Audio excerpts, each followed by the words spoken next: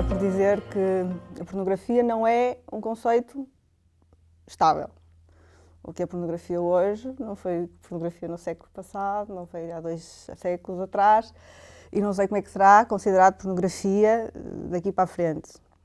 Também é importante dizer que a pornografia, sendo um conceito que é contextualizado socialmente, não tem a mesma carga ou as mesmas limitações na Europa, na América, em África. Portanto, existem contextos que vão limitar aquilo que nós entendemos como sendo pornografia ou não.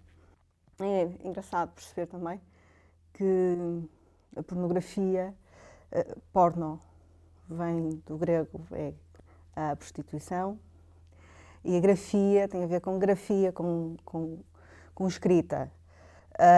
Porque só faz sentido falarmos de pornografia se houver essa representação, que neste caso, grafia é mais da estampa, mais do desenho, não estamos a falar da pornografia, da prostituição fixada pela linguagem escrita, mas sim pela linguagem gráfica, pelo desenho. As primeiras representações, obviamente, que vieram por via do desenho e depois a sua reprodução por via da estamparia, da gravura. Só faz sentido falar de pornografia se houver essa relação com a imagem, porque se for um ato sexual, seja qual o tipo de fantasia que se tenha, se for dentro de 4 paredes, é uma prática íntima, portanto, só faz sentido falar de pornografia se esse ato sexual for assistido por outro, não é? Portanto, houver essa ideia de divulgação, porque é divulgar uma coisa que é do privado. É interessante, eu acho que, imagino que, por exemplo, agora nos tempos de pandemia, que o consumo de pornografia, imagino eu, tenha aumentado, porque existem muitas pessoas sozinhas, e, portanto, esse estímulo a partir da relação com a imagem, não é? Por acaso, mas não sei se há algum estudo, eu não sou das ciências sociais, sou das artes, mas deve ter certeza que há um pico ascendente na visualização de sites pornográficos, agora aqui com a pandemia, nesta altura da pandemia, porque de facto é isso. Nós vemos na imagem, ao assistirmos à prática do outro, não estamos só a ampliar também o nosso conhecimento do sexo, a nossa relação com o sexo. Muitas das práticas de iniciação dos adolescentes iniciam-se a partir antes das revistas pornográficas, não é? Aliás, a fotografia foi fundamental nessa aproximação com a pornografia, porque antes tínhamos o desenho, mas o desenho, por mais mimético da realidade que fosse, não era de facto a representação real das personagens e, portanto, a fotografia foi fundamental. Depois, obviamente, o cinema acrescentou em muito, não é? Porque a ação, portanto, uma narrativa, a ideia da narrativa, que é sempre muito... E é interessante perceber isso, que depois mais tarde vai haver aqui uns movimentos, mesmo dentro do que é o cinema pornográfico, que se preocupa com o argumento, não é? Portanto, nós temos sempre a ideia de que os argumentos da pornografia são sempre muito escassos, muito curtos, não é? Quer dizer, quase que não há um prelúdio, aquilo começa logo, a ação começa é logo no início. Mas também é interessante perceber isso, que de facto nós aprendemos na experiência do outro, também conseguimos experimentar e perceber que tipo de fantasias ou que tipo de relação é que nós queremos com o sexo, e também tem um lado didático desse consumo de pornografia. Depois, dentro do mundo da pornografia, não é que eu seja um expert em pornografia, mas basta abrir um link de sites, de um site pornográfico, sei lá, Pornhub, acho que é assim, Pornhub, e há vários, mas pronto, eu estou a fazer de conta que não sei, mas eu sei que é Pornhub. E vemos que há uma catrafada de outros links, de secções, portanto, em que há, de facto, filmes muito direcionados para interesses muito direcionados. é interessante perceber também que, de facto, se nós formos analisar isto do ponto de vista da mulher, a não ser que sejam filmes homossexuais, homens, em que a mulher não tem papel ativo, a maior parte dos filmes, as mulheres são sempre consideradas um objeto de desejo, um objeto de prazer, e são sempre elas vítimas desse desejo desejo e fantasia do homem. Ou seja, o papel da mulher na pornografia, naquela pornografia mais comercial, é muito passiva. É engraçado, ou é interessante também pensar, que exatamente nos anos 60, finais dos anos 60, quando começaram os 60, o feminismo, houve um grupo de mulheres que se começou a tratar também essas questões da pornografia, do lado da mulher na pornografia. E criaram também filmes em que a mulher, a ação, nasce do desejo da mulher e não do desejo do homem, ou seja, não dessa relação da mulher que está a tentar agradar a um homem, mas sim encontrar no próprio desejo sexual da mulher as suas próprias fantasias, as suas próprias satisfações. E existe no mercado agora um conjunto de filmes e de realizadoras mulheres que trabalham a pornografia a partir disso, da mulher como figura central e a mulher não como objeto sexual, mas sim como mulher que tem desejo. Portanto, isto também é importante ver que a pornografia é também uma construção política e social, não é? Portanto, isto para voltarmos ao início, a questão do conceito. Portanto, não é uma coisa estável, não é uma coisa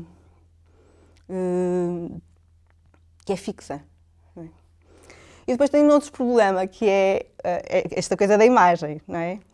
Porque nós assistimos a um filme do Pornhub, não é? E sabemos que aquilo é pornografia. Mas depois vamos ver um filme que é As Leis do Desejo, em que há sexo explícito, e nós dizemos que aquilo não é pornografia. Aquilo é cinema, é arte. E, portanto, existem fronteiras que também não são o que é que... Então, na arte, no mundo da arte, há muitos artistas que trabalham a partir não só da pornografia, mas também do desejo, não é? E, portanto, existem muitas imagens que são do universo da arte e que nós consideramos como do universo da arte. Por exemplo, o Jeff Koons, que se calhar é aquele que é mais conhecido do público assim, em geral, que foi casado com a Cicciolina, que era uma artista porno. Ele tem uma série que acho que é dos anos 90, no início dos anos 90, que é Made in Heaven, portanto, feito no céu, em que é um conjunto de fotografias e de esculturas e de pinturas em que são atos sexuais explícitos. Portanto, mas nós vamos ao museu e não vamos ao computador descarregar um filme. Não é? Vamos ao museu e vimos aquelas imagens, não é? Portanto, as imagens são de caráter pornográfico. Porque é que eu vejo aquilo como uma obra de arte e se for ver um outro trabalho no Pornhub, eu vejo aquilo como um filme pornográfico. O que é que é o limite? O que é que me faz distinguir uma coisa da outra? O que é que as imagens de Mapplethorpe, que são até bastante agressivas, não estamos quase a falar de sadomaso mesmo, não é? Portanto, são imagens mesmo muito agressivas, não é? Com objetos estranhos e, portanto, nós olhamos para aquilo como fotografia, não olhamos como uma imagem pornográfica, não é? Há pouco tempo houve aqui em Serralves uma celeuma com as imagens que não se podiam ir ver e tal, pronto, todas estas questões, porque de facto são imagens que são, do ponto de vista sexual, têm uma carga que não é só sexual, mas quase de violência, não é? Portanto, são imagens violentas. Portanto, é interessante pensar que, de facto, no universo da pornografia, às vezes nós entendemos as coisas como pornografia e outras vezes não entendemos as imagens como pornográficas, não é? Para mim, que estou habituada a trabalhar com imagens, quanto mais não seja do ponto de vista da história da arte, não é? É muito estamos carregados de artistas que trabalham a partir dessas questões sexuais. Temos um colega da Faculdade de Belas Artes que trabalha, o professor Mário Bismarck, que trabalha a partir também, tem uma série de trabalhos a partir de filmes descarregados de pornografia, de filmes pornográficos que são descarregados da internet e que depois ele faz uma alusão às expressões das santas, não é? do êxtase, do extasiar, do apogeu do sofrimento, não é? Portanto, há aqui uma analogia entre o sofrimento e o prazer, né? Das santas, daquelas expressões da santa e dos santos, e depois também das mulheres quando atingem o orgasmo. Portanto, também é engraçado perceber como é que depois o próprio artista trabalha dentro do âmbito da pornografia uma outra mensagem, não é? E estamos a falar de mensagem, partindo do princípio que a obra de arte carrega em si uma mensagem, não é? Há uma intenção e esquecemos que a pornografia comercial também tem uma intenção. E essa intenção pode não ser assim, não sei se as pessoas assumem que consomem ou não consomem a pornografia, mas eu acho que se fizéssemos um estudo sério, eu acho que a maior parte da população consome pornografia. Acho eu, mas eu estou no universo do achar e, portanto, não tenho a certeza. Mas eu acho que também é muito importante, essa relação também com a fantasia do outro, até porque muitas das vezes nós descobrimos no outro, não é? Aquilo que nós, se calhar, não sabíamos e que, se calhar, até gostamos de experimentar. De facto, aquilo que me interessava mais era trazer aqui à discussão esta questão de como é que a imagem, sendo uma imagem comercial que tem um caráter específico, que é de estimular sexualmente o outro, e depois como é que existem outras imagens que exatamente com conteúdos gráficos muito semelhantes e muito próximos, têm outra intenção e tentam trazer ao outro um outro tipo de experiência. Portanto, basicamente, e como eu dizia no início, não é só o contexto, mas também parte de quem vê aquelas imagens e como vê e com que objetivo é que vê.